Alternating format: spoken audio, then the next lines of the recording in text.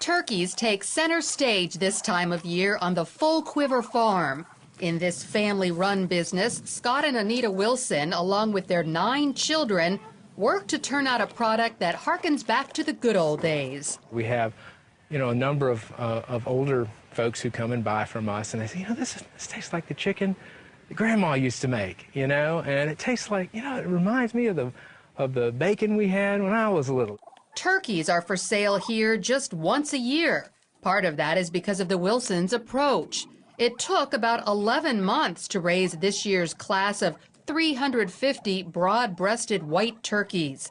That compares to just a few months for commercially raised birds. This improves flavor, but adds to the cost. These 16-pound turkeys sell for about $60, but even in this tough economy, they will go quickly. More and more customers are willing to pay extra for a healthier alternative. These turkeys have a great life soaking up all this fresh air and sunshine. They eat grass, clover, all kinds of bugs, and their food supply is always plentiful because this big pen is moved to a different location every day.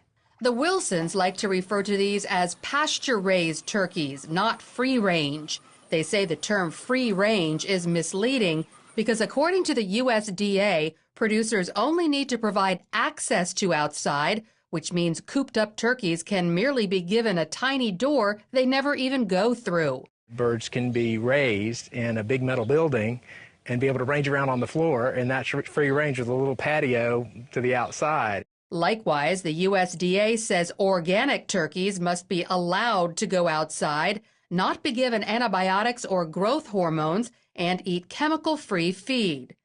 All of this is in stark contrast to turkeys raised on industrial farms, where they're often kept inside large coops and chemicals are pretty much a daily fixture on the menu. Because of this label confusion and growing concern over much of the food industry, consumers are turning to locally produced food in great numbers. Robin Barnard is a loyal customer who sees both the health and flavor benefits. It's very good. It takes a little longer to cook. I think the meat's more dense, but it's very good. It definitely has a different taste to it, much better flavor. And then, of course, I use the carcass to make the soup, the stock after that. Turkey is one of the healthiest foods around, with benefits that can be enjoyed all year.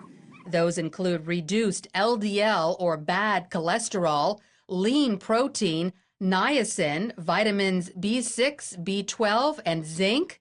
It can also help with cancer prevention and mood enhancement from high levels of the amino acid tryptophan. Pasture-raised turkeys also have an especially healthy balance of omega-3 and omega-6 fats and are even lower in fat and calories than industrially raised turkeys.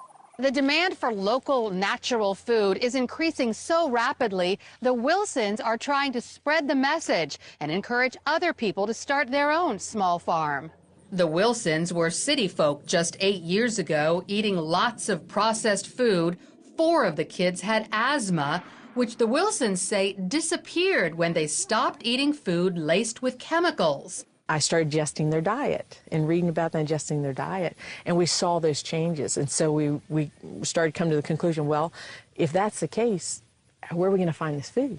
It wasn't readily available at that point. There were no stores, health food, a bunch of organic and health food stores around. So where do you find that? And so we started looking at, well, could we raise those things ourselves?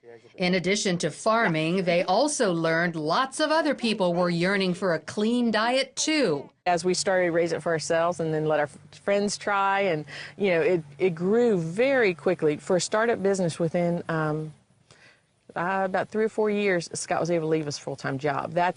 And support a family of 11. That's almost unheard of in a new business. The kids are now homeschooled, so the family is together.